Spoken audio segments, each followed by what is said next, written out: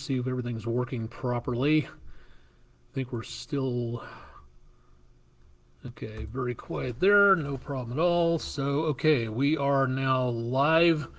It is Monday night, just before 10 o'clock Eastern. This is Weather Overtime. Let's go ahead and get the graphic into motion so you can see what I'm saying here.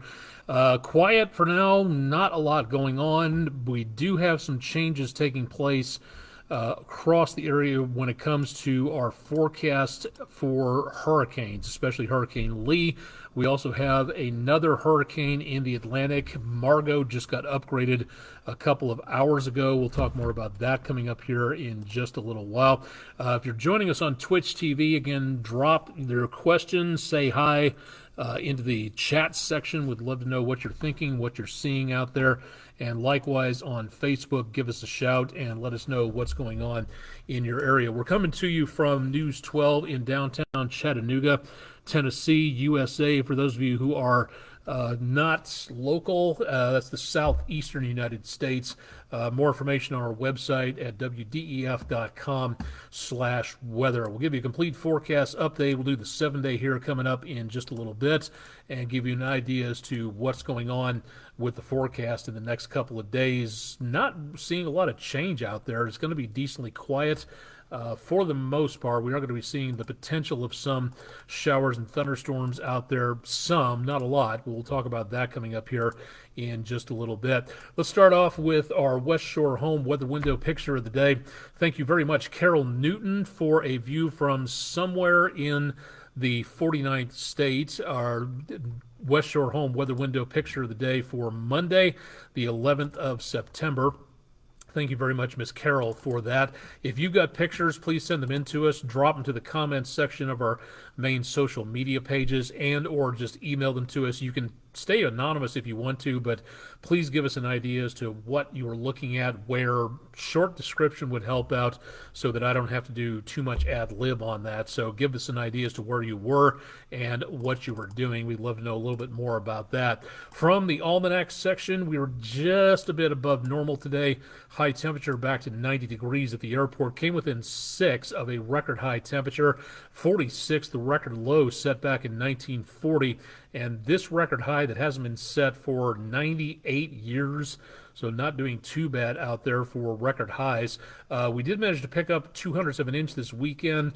We're still decently behind for the month and the year on precipitation, so we could definitely use a little bit more out there. That'd be nice to have our direction at some point in time. Going out for a hike, fishing, boating, whatever it is you're going to be doing tomorrow. It's going to be on the warm side again, mid to upper 80s, and there will be that potential of showers and thunderstorms across the area.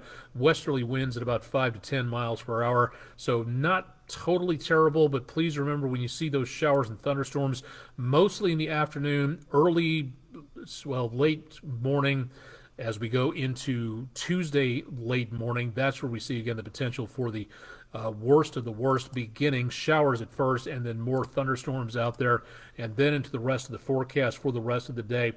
Isolated chances of showers and thunderstorms possible, so whatever you've got going on out there, going again out to hit the golf ball around the golf course, it's going to be toasty. I'd say temperatures in the mid to upper 80s easily enough, and temperatures for the heat index very close to the lower 90s. So it's going to be very much on the sultry side out there tomorrow.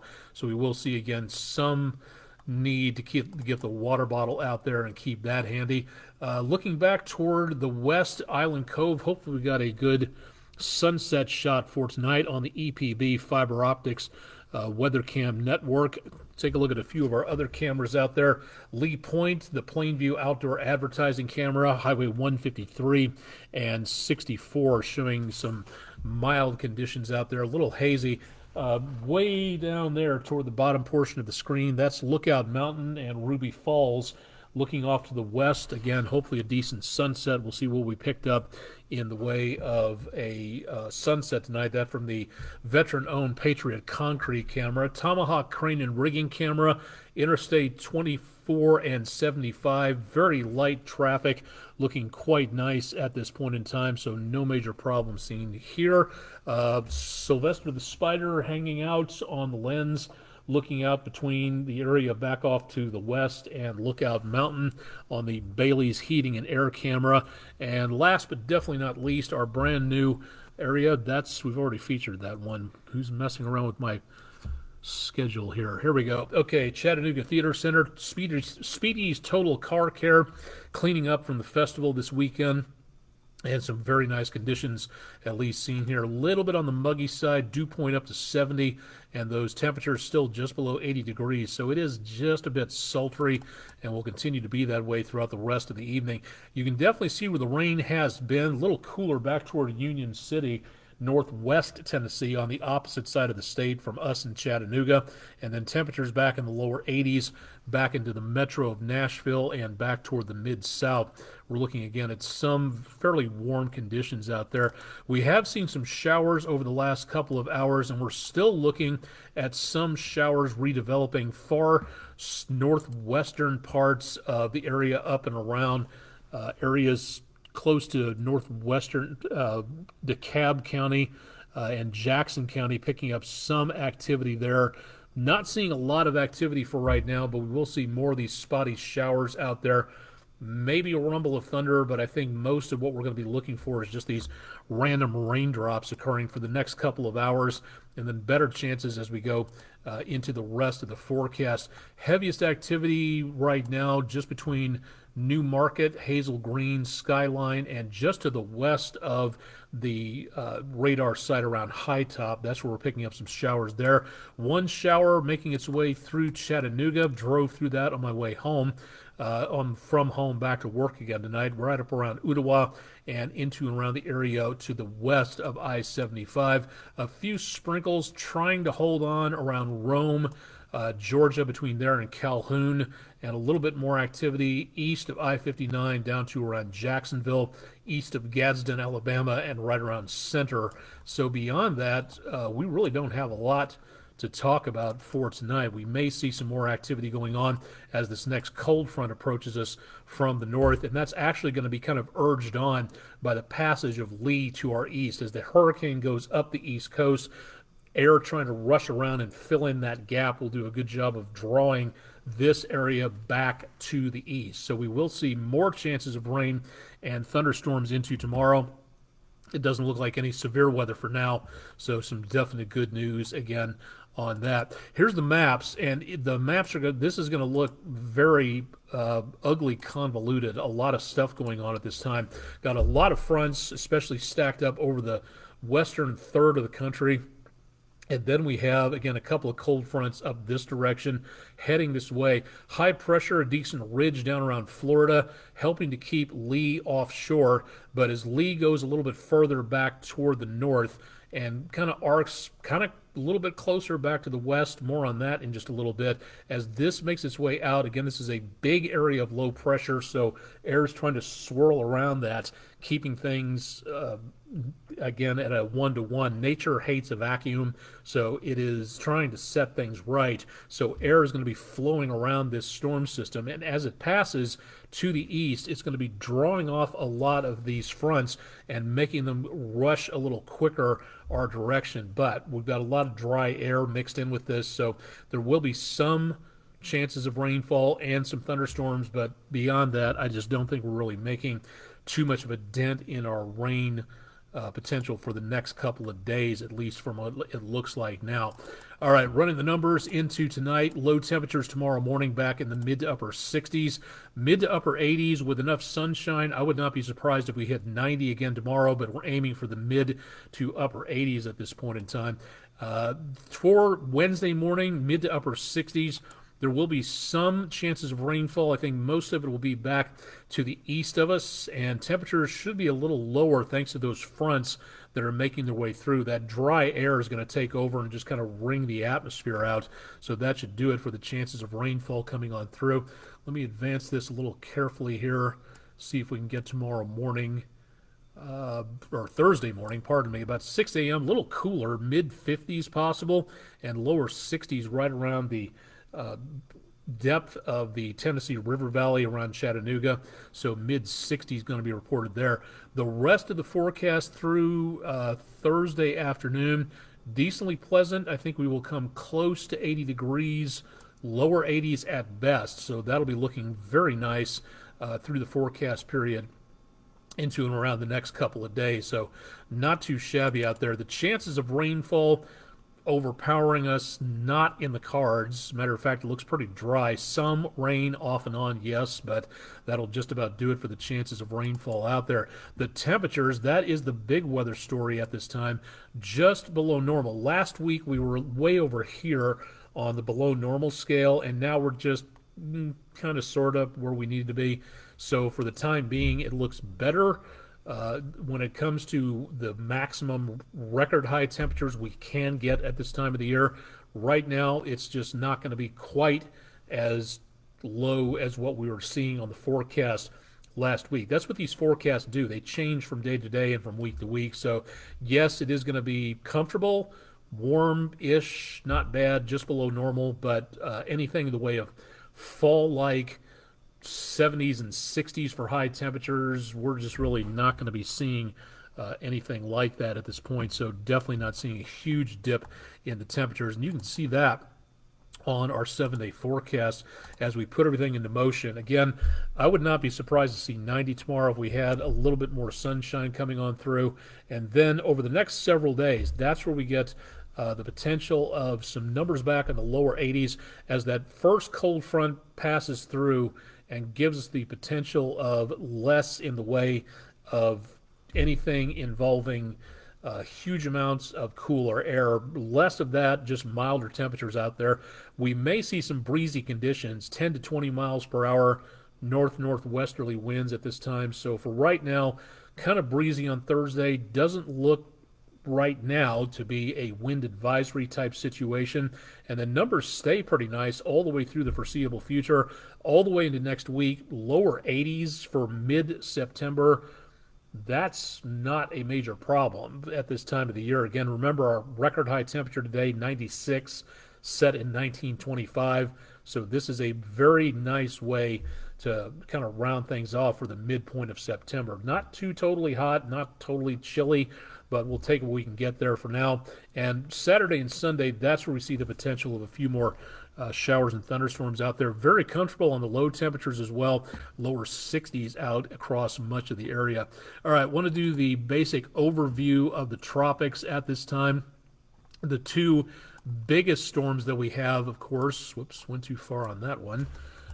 We are watching with interest the cycles of Lee and now Margot. So we are seeing, hang on a second, let's get these lined up a little bit better. Margot is a Category 1 storm. Not seeing a lot of promise with this, maybe a little stronger in the next couple of days.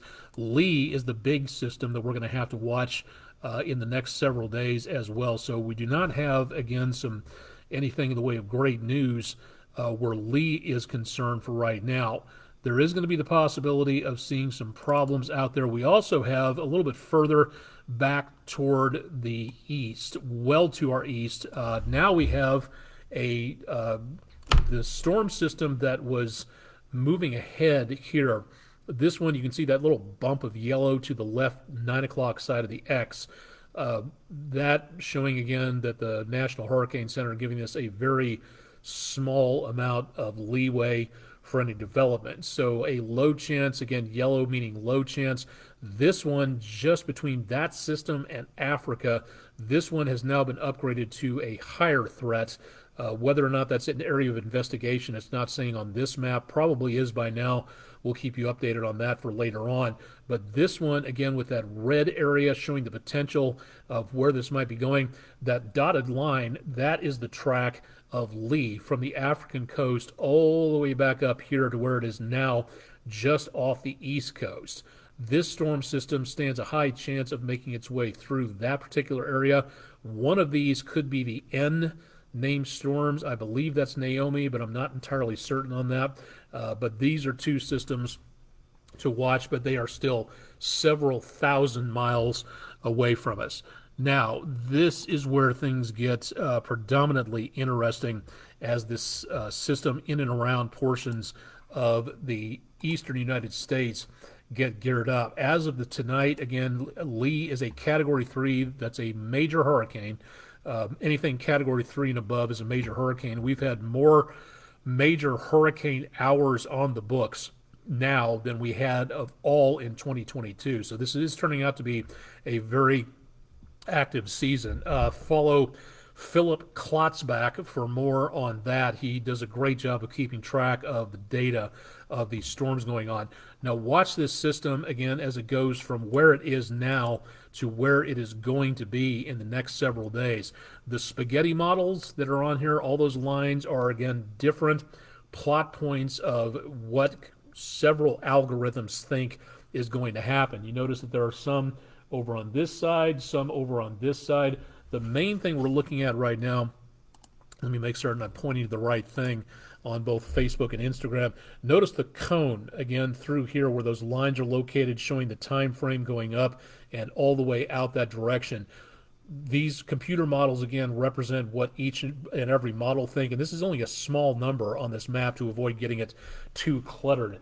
Inside this cone, this is just about the place where the storm could go. It could veer out toward Bermuda, which is that little black dot right there that you see on the screen right by the cone, or it could come all the way over on this side of things. Whenever you see the forecast with that line right down the middle, which is where a lot of people think, oh, that's exactly where the storm is going to be going, doesn't mean that. What you should be concentrating on is the cone itself and watching what goes on with that, because it could veer anywhere within the lines of that cone going in that area. And this forecast will always be changing. So these models will be different in 6, 12, 18, 24, etc. hours, and they'll be changing a lot. This is where we want to make certain everybody's paying attention to. The storm is, again, right down here, north of the Bahamas, and it's moving up, taking that dog leg to the north.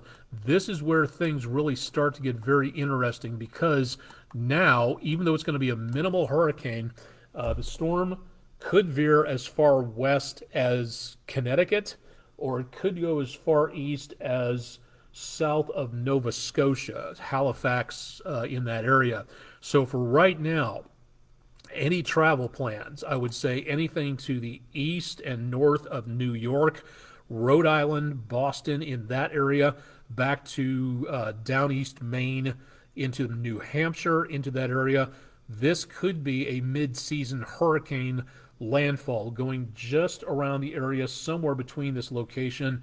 Most likely for right now, with the computer models taking it just a little bit further to the east, but the whole wobble is now going back to the west. So this, again, could be a bit of a problem for travelers. And again, you don't want to be heading into an area where people are going to be heading right back out of if there's an evacuation order. Yes, it's a Category 1 according to the forecast at this point in time, but this could definitely change. And if I would say at this point, the Delmarva Peninsula, Chesapeake Bay, Philadelphia, New York, I would watch this forecast very closely, because again, not only are we looking at the possibility of winds being gusty, air travel being slowed just by the winds coming around that storm from the north and the west, even though it's drier air coming on through here, that could, through that wind filling in that area of low pressure, could slow down a lot of air travel out there. That is just the track of the hurricane. Take a look at what happens with wave heights. And again, this is where the storm underneath all those clouds kicks up the winds to a great deal, 10, 20 meters sometimes, depending on how powerful the storm, the typhoon, wherever it is on Earth can be. In this case, the worst of the worst is it looks like staying well to the west as we go toward Wednesday afternoon. But watch the East Coast here as those colors begin to fill in, and we start seeing higher and higher wave heights. So what does this mean? Number one, if you're planning a late season beach vacation toward about the end of the week, from northeast Florida all the way up into and around portions of, again, the Chesapeake Bay and south of New York, you're already starting to see a lot of wave action here. That's a lot of water.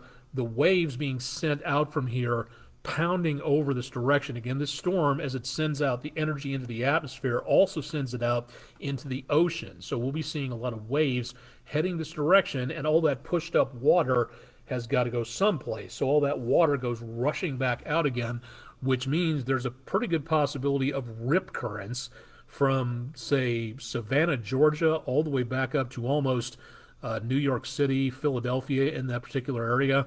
The coastal areas around there could be not exactly good beach weather, great for viewing from a distance, but swimming might be shut down in many locations, and the winds spraying that sand around might be a bit of an issue right there. So again, this could be a very intense storm coming up. And in the last 24 hours, it's September 11th. September 10th marks the halfway point between the season's beginning and end of June and December 1st. So we have just now passed the midway point. We still have the rest of hurricane season to go. And what we're watching well back out into the eastern Atlantic, this is going to be important to watch, because as these storms come a little bit closer, they develop, they veer one direction or another. It's now time to make certain you're paying attention to that if you are traveling.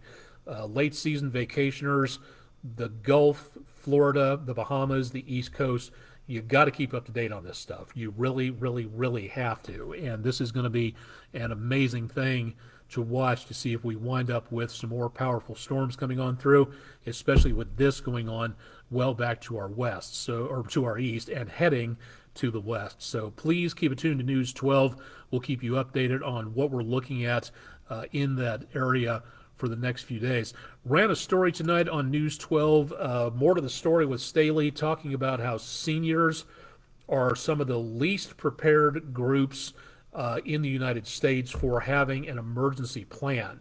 A lot of people think that winging it is a plan. Winging it is not a plan. Winging it is a very bad idea. Having something set up to contact somebody outside your circle of friends and family to say, if I can't get a hold of this person, then I'll get a hold of this person, and then everybody else can check in with that person, and then you're back in contact and everybody knows that everybody is safe.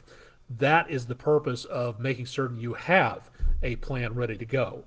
Want to know more about that? Go to ready.gov/alerts, because it's good to have a separate way of getting, whether it's weather alerts, whether it is, again, emergency alerts from the EAS system, anything in the way of severe weather. You want to have multiple ways of getting severe weather information. So not just your particular cell phone, but also, again, online, on air, radio, TV, internet, anything of that nature. Now is the time, when nothing is going on, to make sure that you have a plan ready to go. It's a very good idea to make sure that everybody is in the know, ready in case something happens, because when an emergency or disaster, God forbid, this being September 11th, the anniversary, another terrorist attack, it's important to make certain that we are prepared for what the worst could be. So definitely want to make certain that you are prepared, and think about getting a disaster plan ready to go. The websites like this can really help you on stuff like that. So please consider making certain that you have a spare plan ready to go just in case, and make certain that everybody knows that if they can't contact you, they know who to contact. So that's one of the best things that you can possibly do. Want to learn how to program your National Weather Service weather radio? Go to our website, WDEF.com, and click on the weather section for more about how to program your weather radio. It's not hard. This right here is one of the best ways of making certain that you can stay in contact with emergency information, not just weather like hurricanes or tornadoes. If you go out west, you can get avalanche watches and warnings.